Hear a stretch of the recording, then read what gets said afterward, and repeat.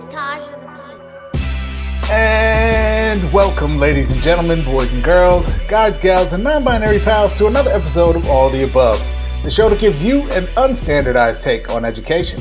I'm Jeffrey Garrett, one of your co-hosts, and I've been a middle and high school principal and a high school social studies teacher. And as always, I'm joined by... What up, AOTA family? It's Manuel Rustin, your favorite teacher's favorite teacher. I'm a high school history teacher. This is my 17th year in the classroom, working down here in the Los Angeles area. And this, of course, is All the Above, your home for news and analysis of all matters pertaining to our world of education. We want to extend a very warm welcome to those of you who have recently joined the AOTA family. Perhaps you tuned in a few episodes ago when Megan Surreal was on, and I know a lot of folks really loved hearing what she had to say about teacher advocacy, especially for our little elementary kiddos in the midst of this reopening pandemic, maybe ending, maybe not type of era. So welcome to All of the Above. We are glad you are here. Jeff, I noticed you are wearing a very springtime fresh lavender shirt. I don't think you've worn lavender on this show before. Looking springtime fresh for this springtime episode, man. Oh, well, thank you. I figured today, the day that we are filming this episode, at least, I believe is the equinox. Is that it? It's the day when we get 12 hours of daylight and 12 hours of nighttime. Is it? Yeah, So I think that's what the word is. I should have probably paid closer attention in earth science back in the day, but it's a remarkable day in terms of the season. So I figured, let's break out the purple, see what happens. So, I normally stick hardcore to my blue shirt theme in life, Manuel. So this is a momentous occasion for my wardrobe choices. Okay. Yeah, you are correct. This is big for those who actually watch our show, the video version of it. We know a lot of y'all listen to the audio version as you commute and do your thing. But those of you who actually watch the video version, if you go through our 67 other episodes, I think, Jeff, you've worn blue just about in every single one, if not every single one. Maybe you've worn white once or twice. There's a couple of grays. There's a couple of gray silvers in there. Are there? Okay. On occasion. Okay. Yeah, but in general, Manuel, I am trying to aspire to a Cornel West way of life. He is my wardrobe inspiration. I just want to have one outfit, man, that I can rock like to everything. So I just wear different kinds of blue shirts. It's it's a thing. All right, for sure. Well, Jeff, man, there's obviously a lot going on in education, always is, and that's why we are here on All the Above to take a look at recent headlines and also have bigger conversations about ongoing issues in education. So, Jeff, what are we gonna look at? What's on the agenda for today? Well, Manuel, as usual, we got a good one for everybody today, and we're gonna dive into a topic that we haven't actually touched on in a while. I think it's been a couple of years since we really dedicated a seminar to this subject, but we are bringing on a fascinating educator out of the state of New Mexico, Miss Caia Brown, who is going to help us explore this topic around STEM education and in particular expanding opportunities for STEM education for many of our nation's most marginalized students, including many of our students of color and low-income students. And especially in this day and age where, we all have become, sort of much more immersed in digital technology at school and at work, the implications in terms of long-term career trajectory for young people, the growth of STEM fields as a sector of our economy and as a place of opportunity for our students to not only be consumers but also contributors and creators, is a fascinating topic. So we have Caia Brown coming on. We're going to explore this topic today. She's a middle school computer science teacher out in New Mexico. So it's going to be interesting. You definitely don't want to miss it. Dope. Middle school computer science. That's awesome. That beats the wood shop that I had in middle school. Although I did enjoy wood shop. I have a couple of those pieces somewhere around here, but dope. Looking forward to this conversation for sure. But folks, up first is our Do Now, where we take a look at recent headlines in the world of education. Stay tuned.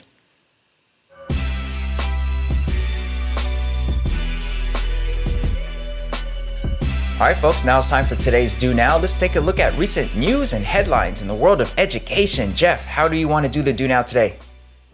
Well, Manuel, today, it is time to issue some grades, folks. We got a report card. We're going to let the parents out there know how some institutions in our profession are doing. All right, report card time. Jeff, if I'm not mistaken, this might be like the 1 year anniversary of Give Them All A's. I got to check the date on that. I believe that started late March.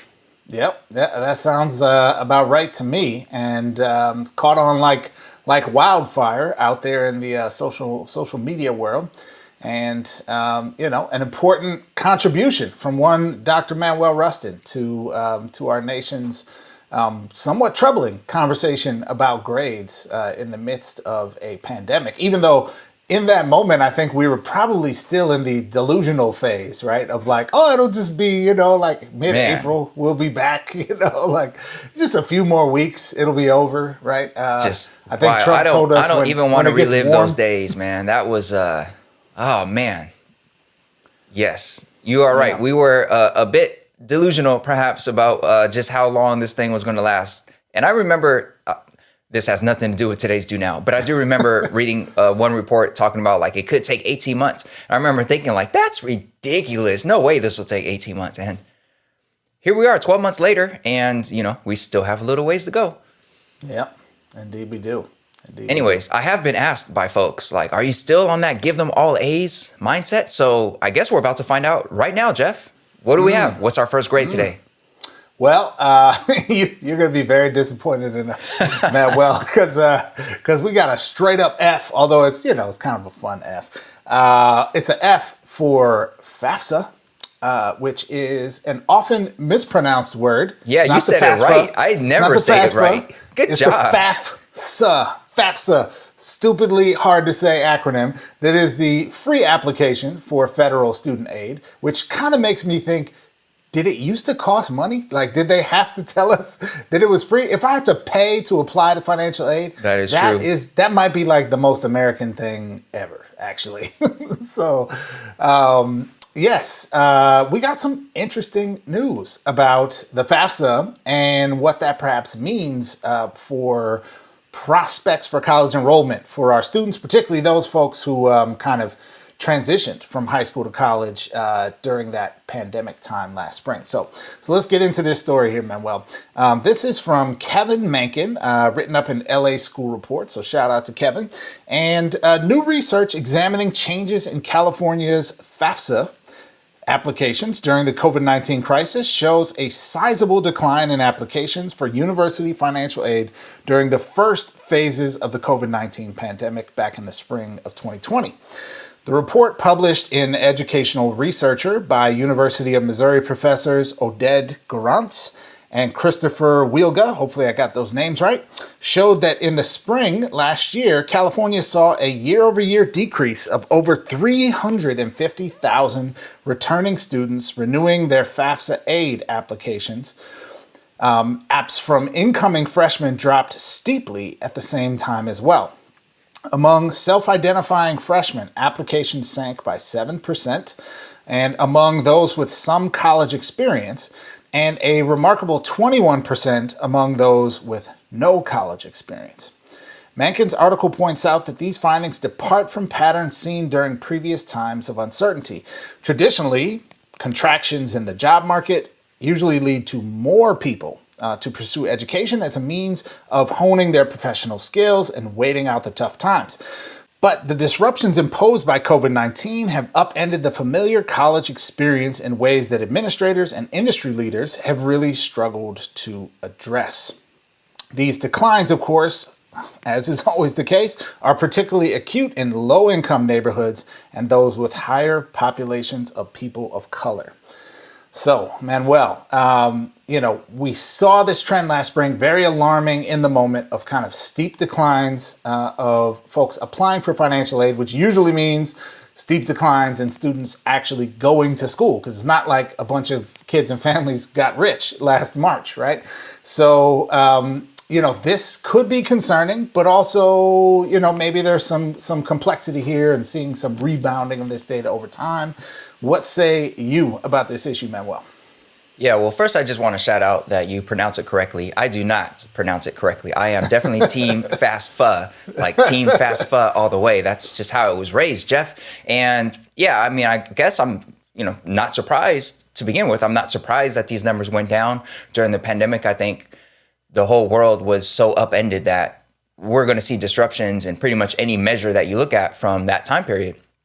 And in terms of the long-term effect, I think we still don't quite know. Some of these application numbers have rebounded a bit with the upper grades, college juniors and college seniors, but they haven't really shown much rebound yet for the first-year college goers. So that's a bit concerning, and we just don't know yet, I think. We just don't know, and it's going to take some time to really get a handle on how many folks would have gone to college but changed their mind because of their pandemic experience and because of the impact that the pandemic had. And how many folks who changed their mind then, when things settle, decide, okay, now I'm ready to start my college journey. So I think it's going to take some time to really figure that out. Me, I'm kind of curious how many students who are leaving high school really just honestly decided that college is not going to be for them, because look what this pandemic has done and is impacting folks from all walks of life. And I definitely have to focus more on my immediate concerns, and college will just, maybe that's just not for me. And I'm also curious how many of those folks perhaps simply were disrupted in a way because of the pandemic that perhaps shifted their lens on the value of college, because we had already been talking about the value of college, Jeff, on the show previously. We talked about how many folks have gone to earn a 4-year degree and then change their mind and then start over at the junior college. And I think, like with educators and like with folks from all walks of life, the pandemic really forced us to really reflect on our purpose and reflect on our thoughts about the future. Also, as a teacher of seniors, I know that this virtual school year that we have had has resulted in part in fewer conversations with my students on an individual level about their college options and about FAFSA.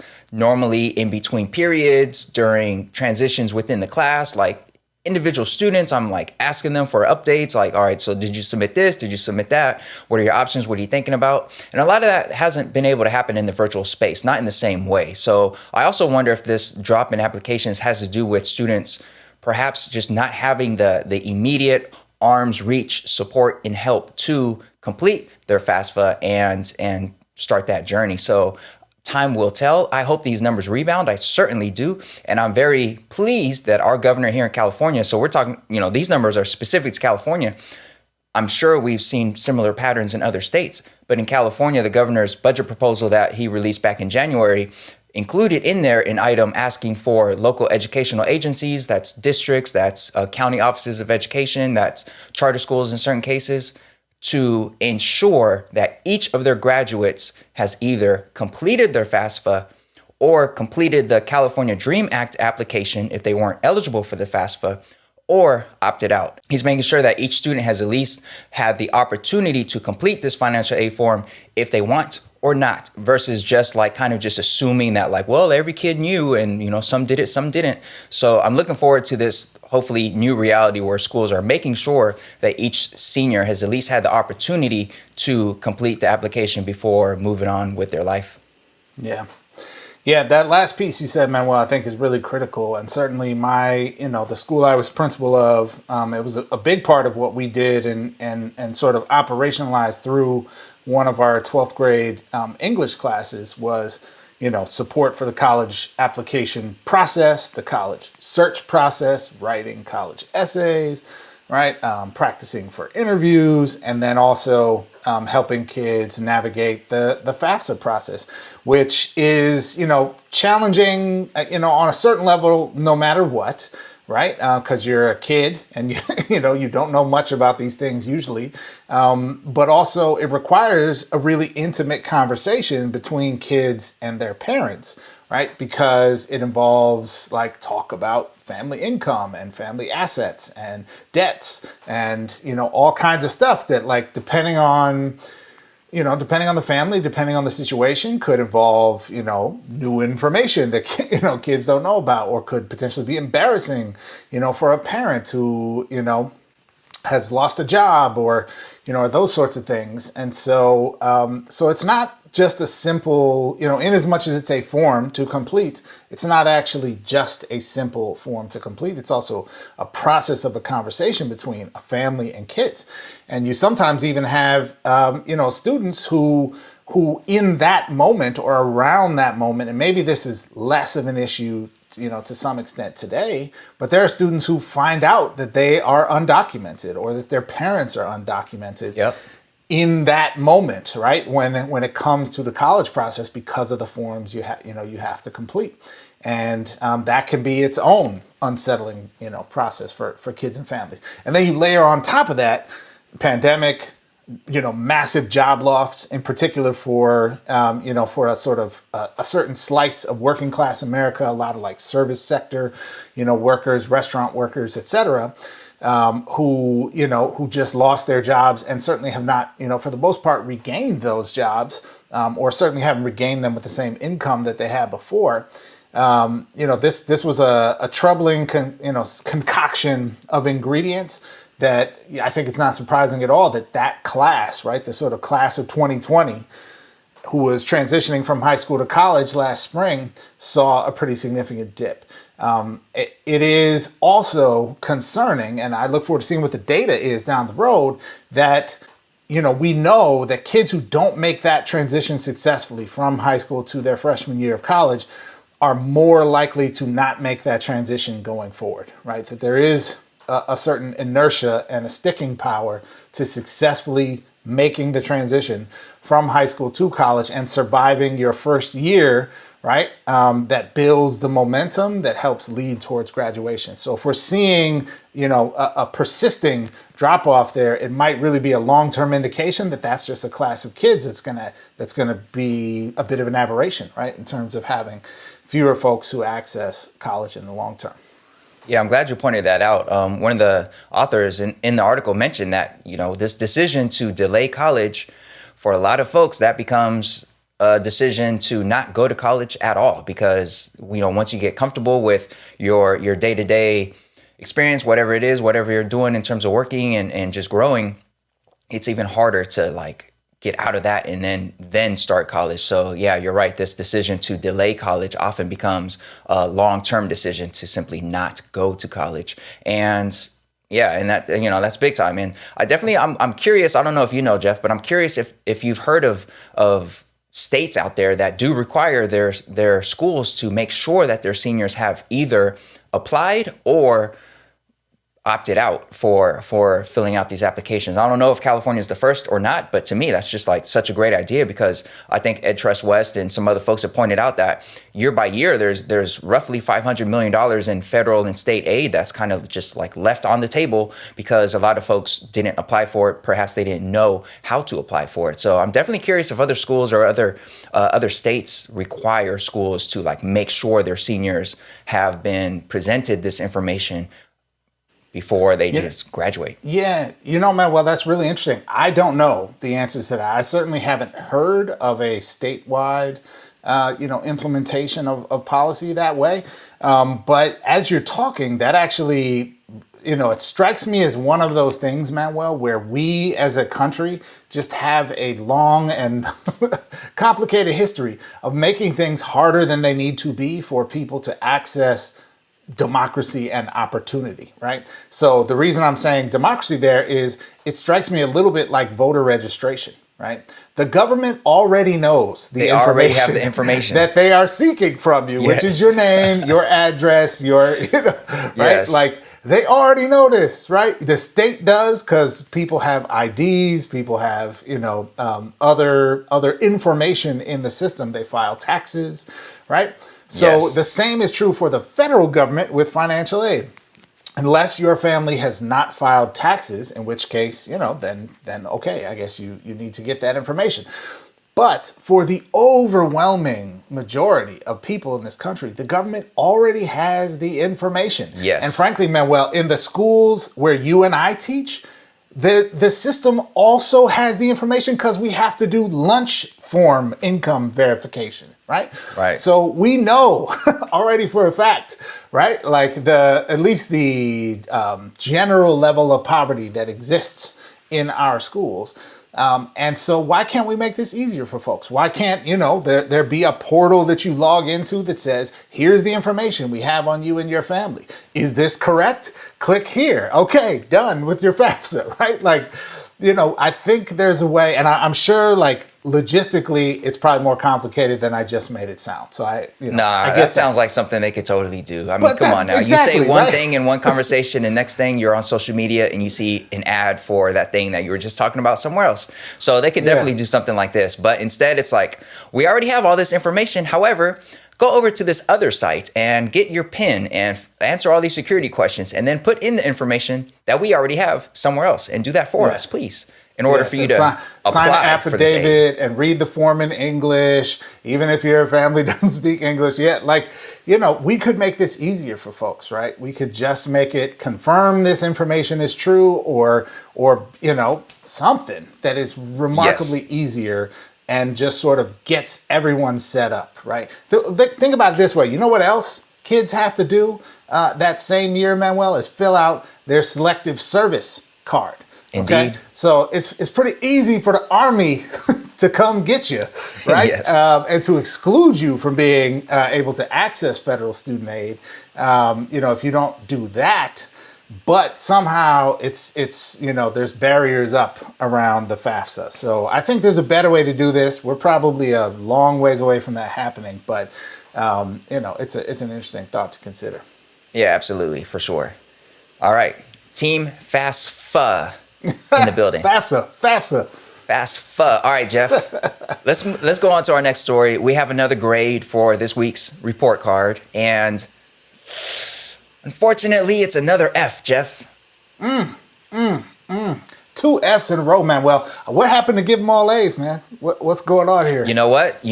Nah, man, that time is over. We have to make sure we catch students back up. Think of the learning loss, Jeff. Think of the learning loss. These 2 F's show that we need to double up on our math and English and other things because, come on now, Jeff.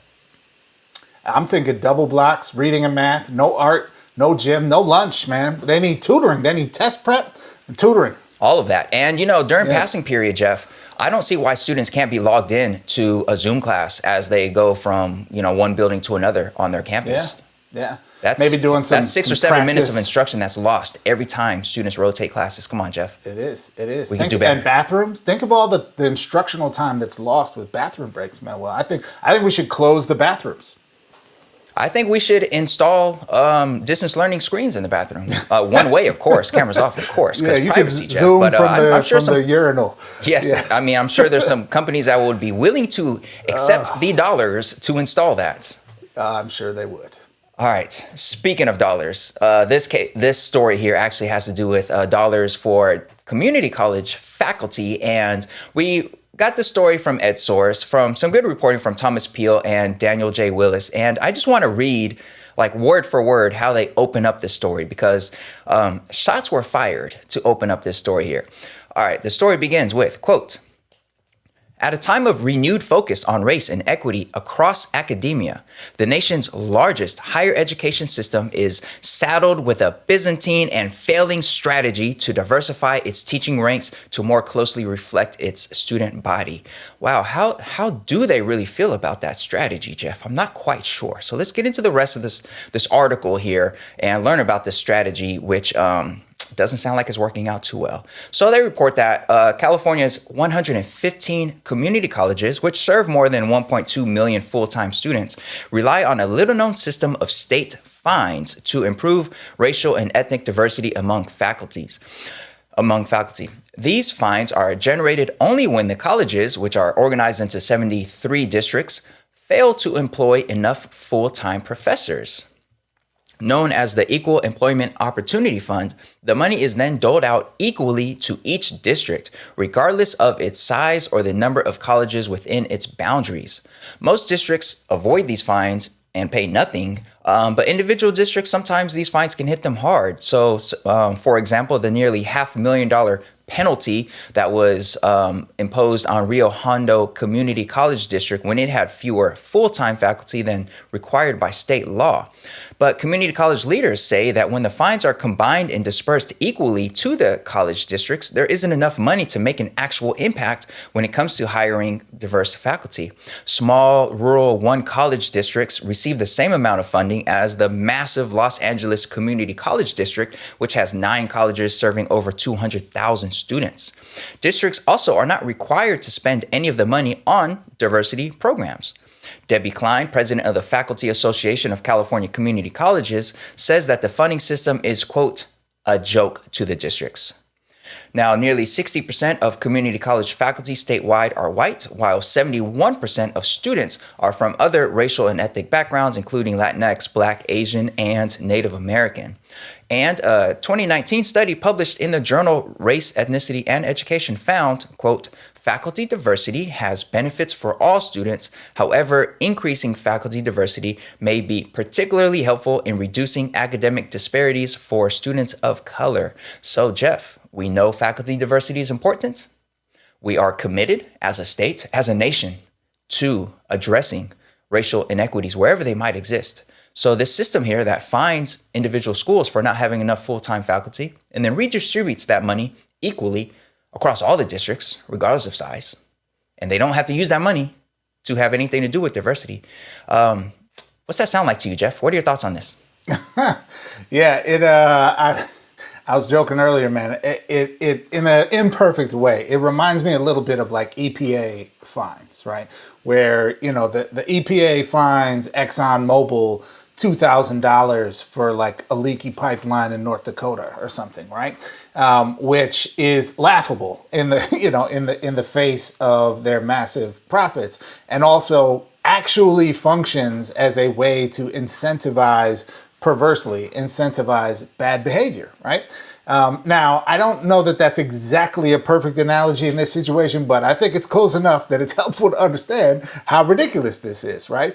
That like a system that has an entrenched faculty that is not diverse and not representative of the student body it serves, which is overwhelmingly students of color, is incentivized to not create vacancies in its faculty that it could then fill with, candidates who are more representative of the student population, because they get these fines if they are not fully staffed, right? And anyone who works in community colleges, I know a few folks who do here in LA, and folks who have in New York City in the city college system. Similar kind of systems, right? They're massive, they serve tons and tons of people, and they have huge numbers of adjunct faculty. And I would bet, man, well, we don't have this data right here, but I would bet you anything that adjunct faculty is vastly more racially diverse than their full-time faculty are. And so in this situation, you actually have the incentive of the system that's kind of set up to say, keep your full-time positions full with the disproportionately white faculty you have, and then not create space and opportunities for faculty of color, and kind of pitting these two interests in a certain way against each other, right? Like, oh, if we don't stay fully staffed, then we get fined, but if we're fully staffed, then we can't hire faculty of color, right? So I agree with our author here that this is a Byzantine and archaic, or whatever phrasing that was at the beginning of the article, Manuel. It's ridiculous, right? It is a system that clearly, maybe some decades ago, this actually could have been thought of as like a progressive step forward. But the fact that it doesn't even then distribute those funds equitably on the back end is just kind of laughable, right? So, this is one of those issues where when we think about our higher education system, and we know, yes, we know we systematically don't invest enough in our community colleges as is, but we also know our community colleges struggle to serve our most marginalized students who are seeking higher education. One of the key ingredients that could contribute to greater student success is representation and diversity of faculty.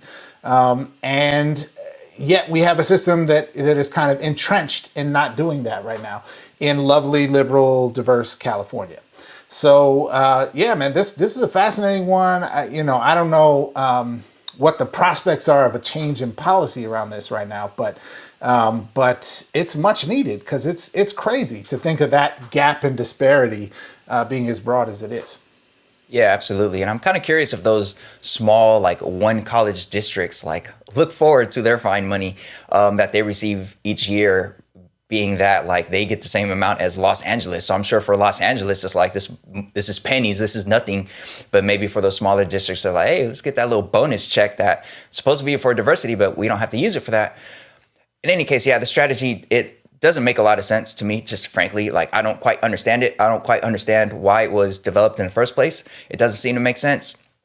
Definitely inequitable. I think it started in the late 80s, so perhaps equity back then, I mean, people toss that term around nowadays and don't always act on it, but I could imagine in the 80s, even the term equity wasn't really much of a thing in education policy circles. But yeah, this is a problem and something needs to be done about it. I really don't like when institutions, especially big institutions, use the excuse of like, oh, we can't find enough candidates of color. That's why we don't have very many. But there was somebody in this article who mentioned that at her community college, like when they put out a job opening for, or when they put out job openings for various positions, where she said the applications they receive are overwhelmingly white, and they can't do much about it because of Prop 209, which we've mentioned a few times on the show. Prop 209 from the 90s, which basically outlawed any consideration about race and gender in hiring. So even if they do get a few applications from candidates of color, they can't legally take that into account when making their hiring decision,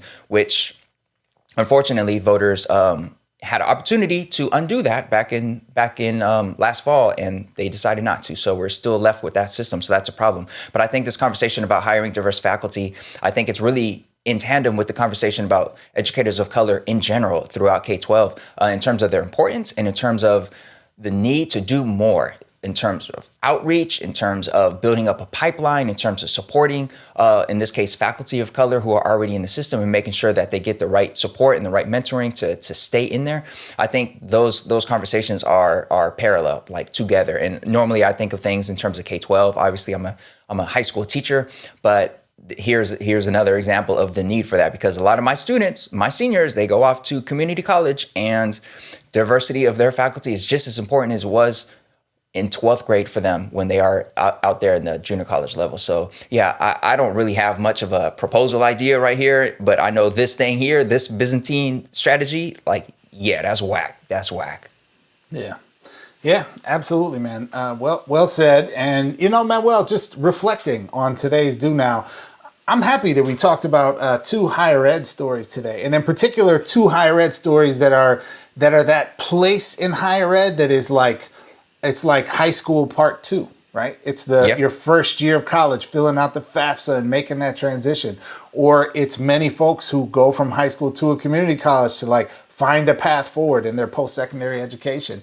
And in this day and age where post-secondary ed is so critical to success, I think we have to think more and more about, sort of grade 13, 14, 15, as being a universal part of students' experience, the same way we think of K to 12, right? So, so glad we got to dive in on some higher ed news today.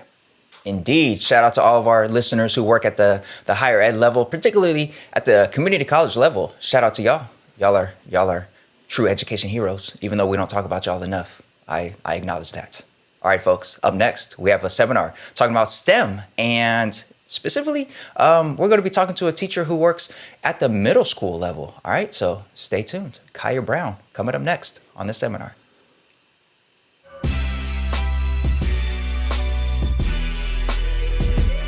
Hey folks, thanks so much for watching all the above. We appreciate everyone who listens or watches our show. And it has been a whole year, since we had to leave the studio come home and film remotely. And we had to build from scratch our home studios.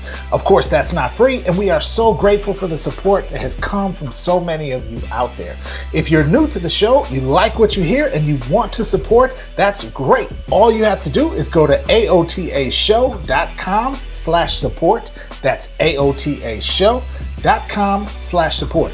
There you can donate on Venmo or on Cash App. We are at AOTA Show, or you can go on Anchor and you can subscribe. That means a lot to us because every little bit helps. Even a few dollars a month helps us keep making this show for you. Thanks so much, folks. Enjoy the rest of the episode.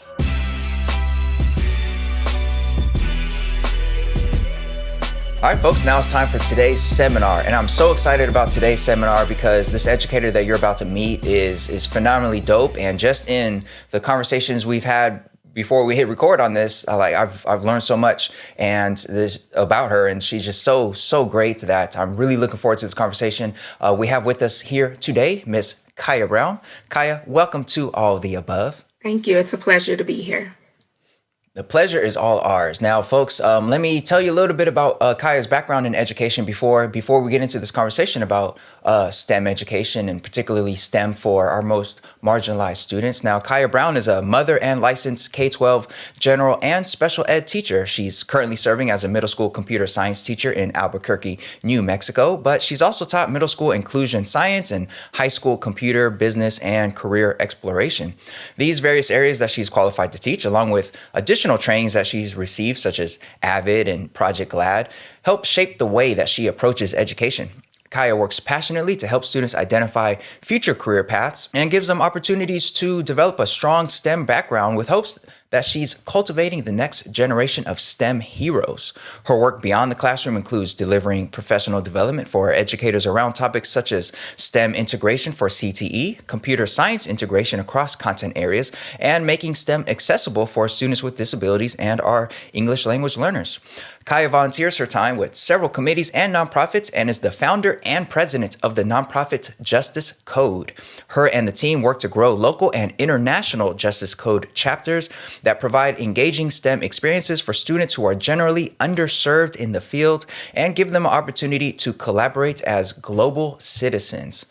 Folks, I told you, we only bring the dopest of the dope guests here on All of the Above, and Miss Caia Brown is certainly dope. So welcome to our show, and I'm going to hand it over to Jeff with our first question.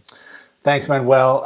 Caia, it is so wonderful to have you on the show with us today. And I think especially in this moment where, because of the pandemic, we have all been thrust into a context where we are engaging with technology as a more core and fundamental part of our daily lived experience than perhaps ever before. And this is, of course, true for students and their engagement with school, but also true for many adults in terms of their engagement with work and, the kind of poignance of talking about opportunities for young people, especially young people of color, to find career pathways in STEM.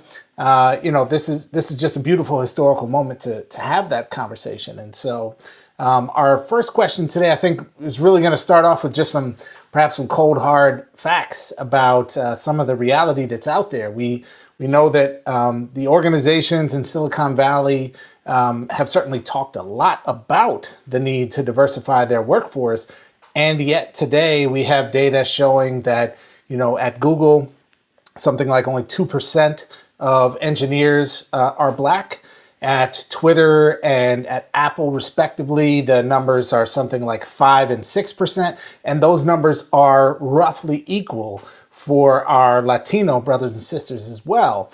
Certainly there are more Asians and Asian Americans working in Silicon Valley, but the workforce remains overwhelmingly white and Asian and perhaps not representative of the full spectrum of those communities either. So I'm wondering, first off, if you can just share with us some of your thinking about the kind of broader issues here and what might be done or what needs to be done in order to address, these gaps that we see and ensure that our young people are having the opportunities that they deserve in order to find a pathway for careers in STEM? Where do I begin? Yeah. So those statistics are alarming for sure. Um, Personally, I think that there's a combination of solutions that need to be addressed. I would start with teacher preparation programs.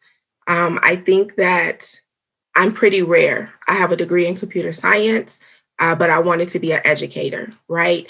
And it is really difficult, from what I found, for school districts to find computer science teachers or engineers that have the content knowledge, but also have the teaching skills to prepare students in a K through 12 setting. And so I think looking at teacher preparation programs to prepare teachers to have a little bit more tools in their toolbox might be one solution. The second one is around policy. Every state in our country do not require computer science education in a K through 12 setting. And so what we found is when students get to high school, if they've not already been exposed to computer science in their K through 8 years, or if they don't have parents or communities that have exposed them to computer science, they don't opt to take those elective classes. And so the data is pretty staggering for females that are in AP computer science classes, as well as persons of color that are in AP computer science classes. And so taking a look at a policy and how can we get computer science and some of the other high-tech fields as a prerequisite for graduating, I think is a second thing. And then another thing, and I'll speak for the African American community, is around our community really encouraging STEM careers. I know at least I'm from Chicago, Illinois originally. So at least in my community, we knew who the athletes were. We knew who the rappers and the different artists, right, the actors were, and they were kind of our heroes. And that's why I call STEM professionals STEM heroes, right? Because I think the change in mindset where our community, our minority communities really start to see STEM professionals as real life heroes. And we began to kind of circle around our students, our children, and help them to realize how phenomenal a career in these would be and how well paying they would be as well. I think that those are three viable solutions for sure. Nice. And I like the framing of STEM heroes. And you've jokingly said before that your passion is in brainwashing your students, especially your students of color, to be the next STEM heroes. And I'm wondering, what does that brainwashing look like in Miss Brown's classroom? Can you talk to us a little bit about your approach to teaching kids? Absolutely. There's several frames that I look at life and education through. I think most naturally, my personal gift is helping to identify gifts in other people, right? Helping to identify what are some of your natural interests. And I always have conversations with people about their future. What does your future look like? Whether they're young or old, what does your future look like? How are you developing yourself? What goal are you working towards? So that's just a natural part of who I am. If a student says, well, this is what I'm really passionate about, then I support them in preparing for that career. Case in point, one of my own children right now is not going into a STEM field. He's in barber college, but I am supporting him and helping him to be an entrepreneur, right? But those students that are kind of undecided, that have some skill, but they really don't have an idea about what career field they want, right away, I'm talking to them about STEM fields. I'm talking to them about what type of lifestyle do you want to live now, right? Because if they can identify their dreams, the lifestyle that they want to live, then I'll show them some STEM fields or other fields that match their interests that can help them afford that lifestyle. And so it is a joke that I'm out here to brainwash the world into becoming computer scientists and to go into STEM fields. That's a joke. I'm really out here to encourage people to live their best life, young and old, to kind of help them have strategic conversations around how do I reach that. But I do believe that technology especially is something that everyone needs. So even when I talked about my personal child who is preparing to be a barber and wants to own his own shops in the future, I'm talking to him about technology integration already and how can he automate his systems, right? I don't think that there is a career that we can get away from where technology is not needed. Yeah, I just really love what you said there, Caia. And I'm wondering actually if you can elaborate a little bit for us on perhaps just a bit more about your why and what really drives you in this important work that you're doing to cultivate the next generation of STEM heroes. Mm, sure, that's a great question. When I was growing up, so I am a third generation college graduate and fourth generation college attendee. So even though um, we are the children of slaves, I'm really proud of that educational focus in my own lineage.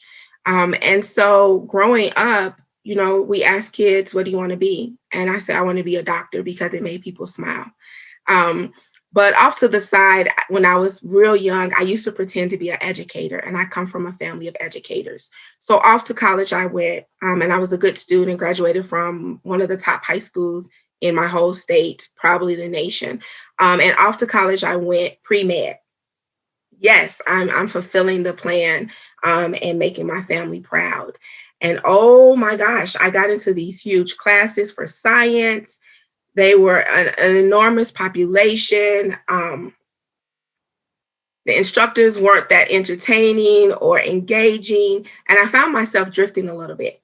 So, trying to be productive, I would go to office hours. My best friend and I, we would go to office hours and we would ask for help.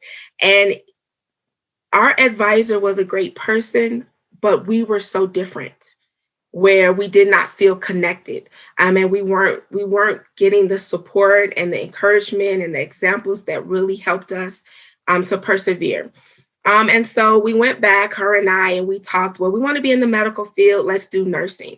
And we went and we interviewed with the nursing department, and the head of that nursing department talked to us about how competitive the program was and how unlikely we were to succeed. And so again, we felt discouraged. That was even more discouraging than the pre-med advisor. And after a couple of months, our freshman year, her and I finally just tucked our tails, and she went business and I went education. And even though I always wanted to be an educator, I was a little distraught that felt so hard, that college felt hard for a person who had graduated with honors from a top private Catholic all girls school, right? Um, and so some things happened, and a little tragedy happened in my family. And you live and you get a little wiser. I transferred schools and I stayed with education. And as all majors are, I had to take computer classes. So now I'm a couple years older. I'm taking computer classes. I don't really understand the content, so I go for office hours to get help. And that instructor informs me that their lecture are sufficient. And if I wasn't understanding the content, then I would probably just be failing the class. And so years prior, when I was a freshman, that meant, oh, let me change my class or change my major. But one, this was a required course. And two, he encountered or she encountered, I won't say gender, but they encountered an older, a little bit more defiant Caia. And so I was very respectful in that office hour appointment, but I walked away with righteous indignation saying, I'll show you. And so what actually happened was I went and I taught myself everything that the instructor was not providing. And because I had been a education major for a couple of years, I had some tools in my tool belt now to teach myself the content, even though I didn't understand technology as well. And I said, I'm going to make that teacher give me an A. And sure enough, on my own, I made that teacher give me an A. And the defiant, kind of rebellious part of me, when it was time to register for classes again, guess what? I looked for that same instructor and took that same instructor's class. And that became a pattern with me where I was just really ignited to keep I hope this is not too disrespectful, but shoving those A's to that teacher, right? At some point, my advisor would say, okay, well, it's time to choose other classes. You have enough technology. And at that point, I just changed my major to computer science because I wasn't done. And I also didn't like the fact that computer science was something that was so confusing, and I really couldn't wrap my head around it. I knew that I am a lifelong learner, and I always will be.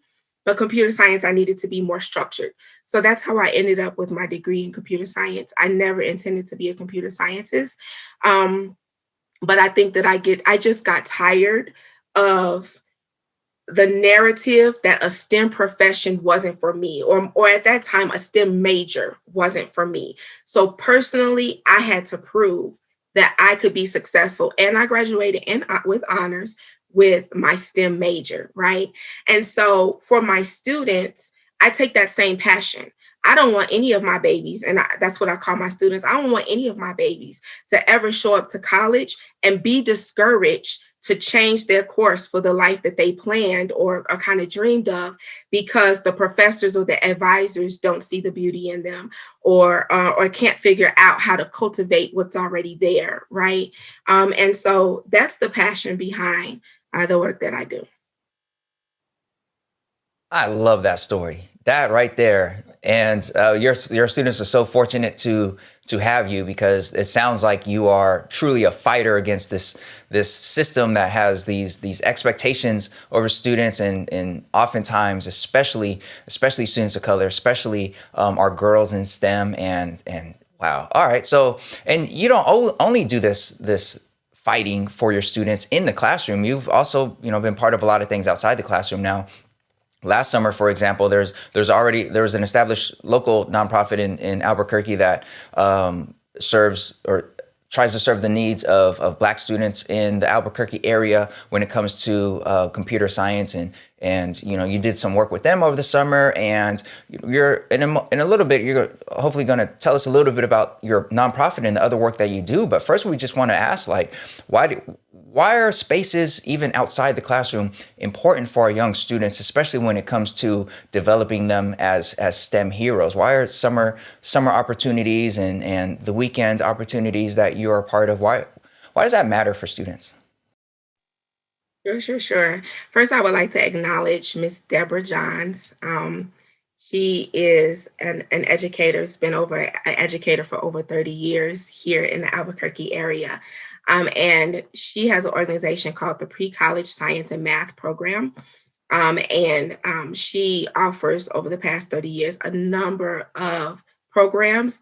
Her direct audience is for African American students or students who have come here from Africa. And so that is her main focus, but she doesn't discriminate, of course. And I met her offline, not associated with her organization, but I met her at a training, right? And I learned about it. She learned I had kids, and right away she recruited my kids to be in her program because that's her natural inclination. As a parent, I was exposed to her program. She learned me a little bit and kind of recruited me to volunteer with her program. So the summer camp that you were referencing is usually called Summer Magic, and it's a live experience on the campus of University of New Mexico. And unfortunately, due to COVID, it could not be in person. And so I came on as program manager and figuring out how do we take this experience that has been a tradition in our community for so many years and adjust it so that it fits in the virtual environment. And so we were able to have a virtual camp over a number of weeks. The neat thing about her Summer Magic program is even though she prioritizes math and science, she also brings in the arts and the culture. And so students were having stepping classes, and they were having music classes, and they were learning about Black engineers and Black professionals and things of that nature. But the why is it important? As a parent, I went to her Kwanzaa celebration that she had prior to COVID shutdown. And so we're in this Kwanzaa celebration, and her current students are there, the parents of her current students, but her past students are there, families that have come back from college, or that are living abroad or various places in our community and in our country. And so she had a number of them stand up and talk about them. And when I realized that I was in a room full of Black engineers, it was like I was floored to see all of this talent. And of course, their parents have some part in it, right? They come from great households, they come from great support systems, but a lot of it is the programming that she offered in partnering with NSBE, National Society of Black Engineers. They have a NSBE Junior segment, and in giving all of these years where these students were challenged and they were fed, and they were exposed, right? And the fruit of her labor is astonishing. And so why is it important? I think it's part of what I said a little while ago of changing the norm and the expectation for our community. Because for her program, not only does she have parents and educators volunteer, but she expects her students who become engineers or other professionals to also come back and feed in. And so I think it's just about representation. Yeah, again, just so powerful to hear your thoughts there, Caia. Really appreciate it. And tell us again, what was the name of that teacher who you were shouting out? Her name is Deborah Johns. Yeah, Deborah Johns. Big shout out to her from Albuquerque, New Mexico, doing great work, just kind of laying trails for future generations of Black engineers, which is a beautiful thing to see. And Caia, you have yourself, I think, been a person who is blazing trails in your own right, for young people to follow into a path where, of course, not enough of us have. And I'd love for our final question here to hear a little bit more from you about some of the work that you're doing outside of just your, of course, your very busy classroom teaching schedule. We know that you have, you have taken on activities to support youth in STEM, including a computer science club, including a tech student leaders group, and of course have started your own nonprofit, Justice Code. So we'd love to just hear a little bit more about some of the work you're doing outside of the classroom to cultivate generations of future Black STEM professionals as well. Sure. When I talk with educators, especially young educators, I always encourage them to find their it. What is your it, right? What excites you? So for me, it's clear. Introducing students to technology and computer science and careers is my it. But I recommend that teachers, don't just focus on your classroom, but how else are you going to be a teacher leader on your campus and for your district and the community that you serve? And so that's what I've decided to do. There's a couple of initiatives that I asked permission from my administration. I'm fortunate to have a very supportive and innovative thinking administration. And so they allowed us to start an initiative, CS for All, right? CS for All is not my thing. It came, I forget her name, but she's originally from Chicago Public School. She was working when she started spreading the CS for All, as far as I recall. So we started kind of just a council or a committee of a few educators on campus that I was meeting with around how can we bring computer science and more technology programs to our school. A little bit about my campus. We're a Title I school, well over 90% Hispanic. The majority of my students are English language developers. And so we're a bilingual school. Our students can work on a bilingual CO where they can take their 4 content classes in Spanish, as well as have English language arts and English language development on the side. And so just this rich cultural campus. And so one way that we decided to bring computer science was doing a computer science club, so an after school club. even though it's COVID, our school district has been shut down for over a year now. So our students are not on campus yet. Yet we have after school club for computer science. And so that kicked off right at the beginning of the school year, lots of engagement with the students. And the students are doing computational modeling in their computer science club. And they are engaging in some content and some ideas that I always tease them. I say, you're doing college work in middle school, right? So here my babies are. And I'm also a general ed and a SPED teacher. So purposefully, I'm trying to find my students who are interested in STEM or technology and have IEPs, right? Or have just emerging access scores, right? So their dominant language is still very much Spanish or another language. And, a sprinkle of gifted kids here. So we're just really trying to have a variety. And those students, those babies are rising to the occasion, and they are competing against middle school and high school students statewide. And so that's Computer Science Club. Something else that happened for a number of years, I was thinking, I need to figure out how to cultivate student leaders around technology. I got to figure out what that looks like. I also want students to kind of be peer mentors, but just in the back of my mind, not sure how I wanted that to look.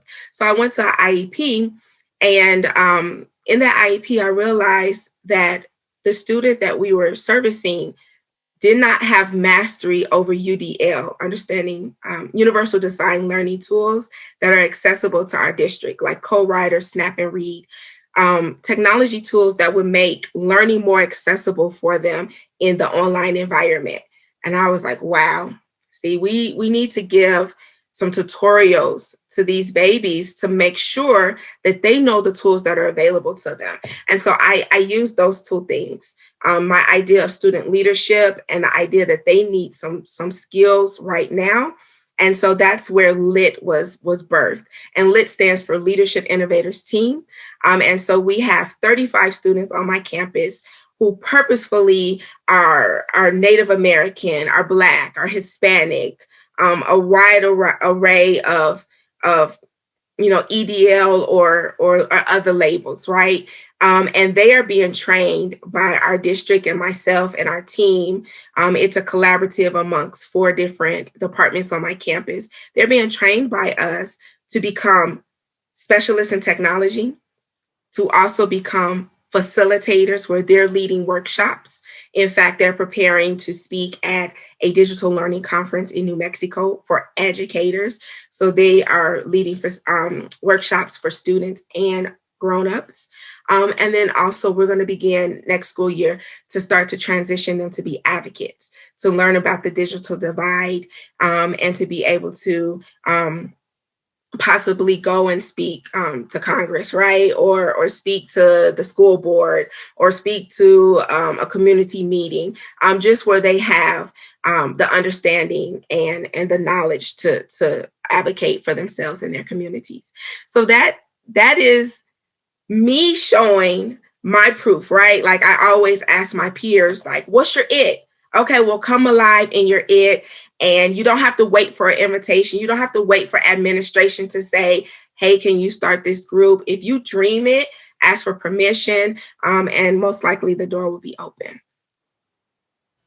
Super dope. Now, you have a budding nonprofit, justicecode.org.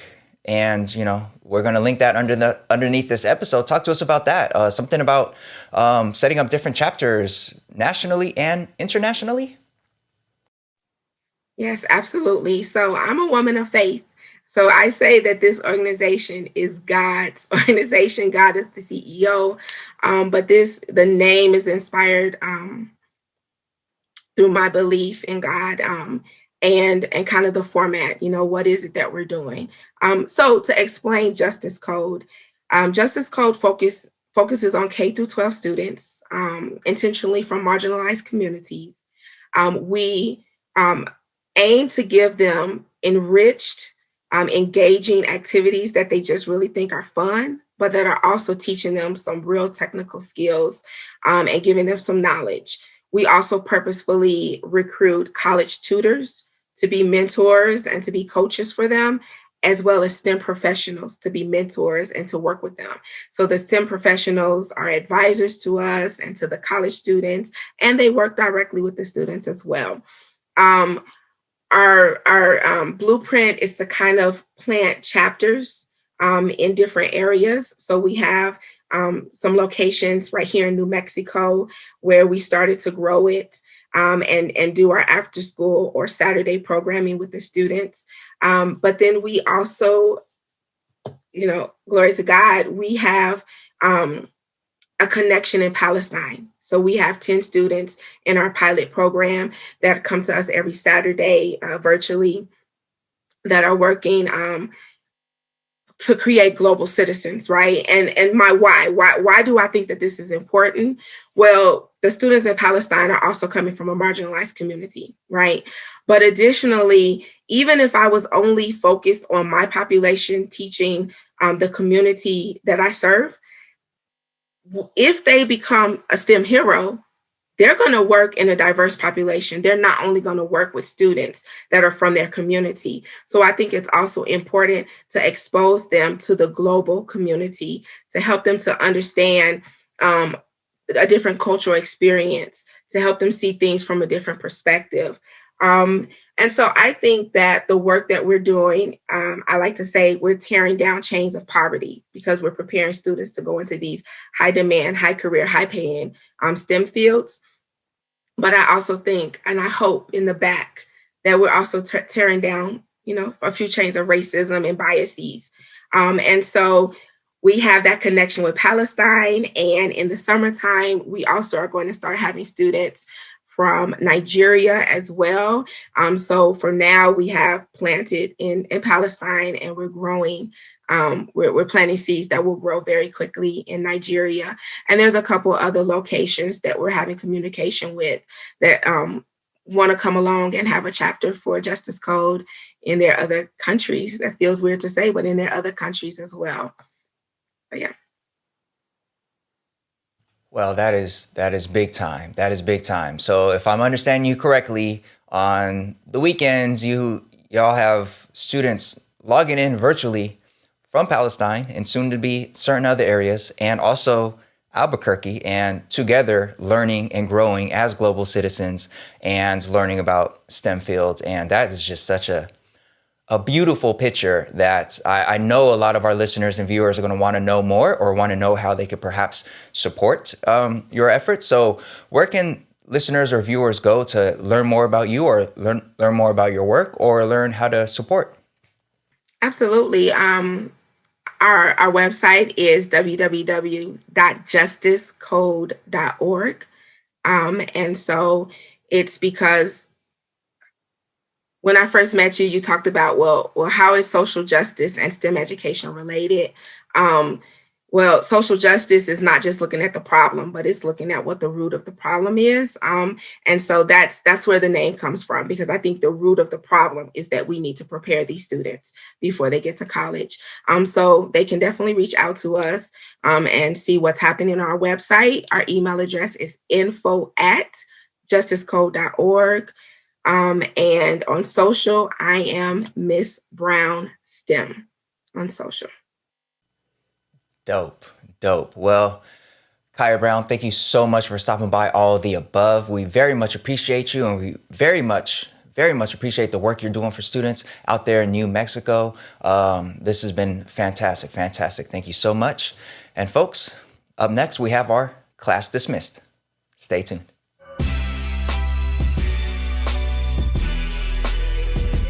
All right, folks, it's that time of the episode where we like to give shout outs to folks doing great things in the world of education.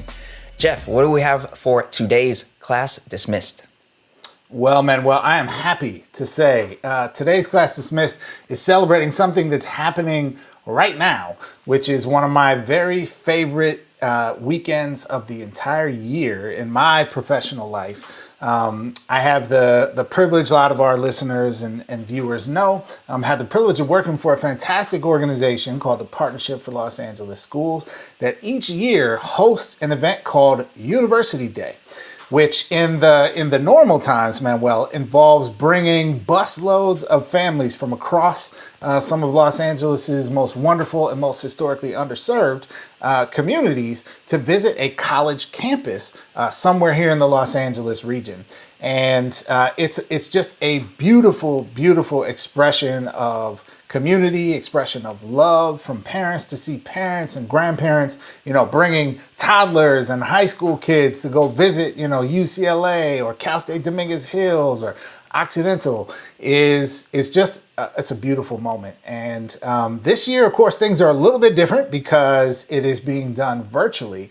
But just an exciting moment all this weekend. So it started on Friday evening. It's continuing today on Saturday and will continue tomorrow on Sunday. And the beauty of the virtual Parent College University Day is anyone in the world can actually go see it and get a taste of what this is. And so it is both presentations from educators, from alumni, from high schools here in Los Angeles talking about their experience transitioning to college, and just opportunities for parents and families to learn a little bit more about what it looks like to navigate the college process.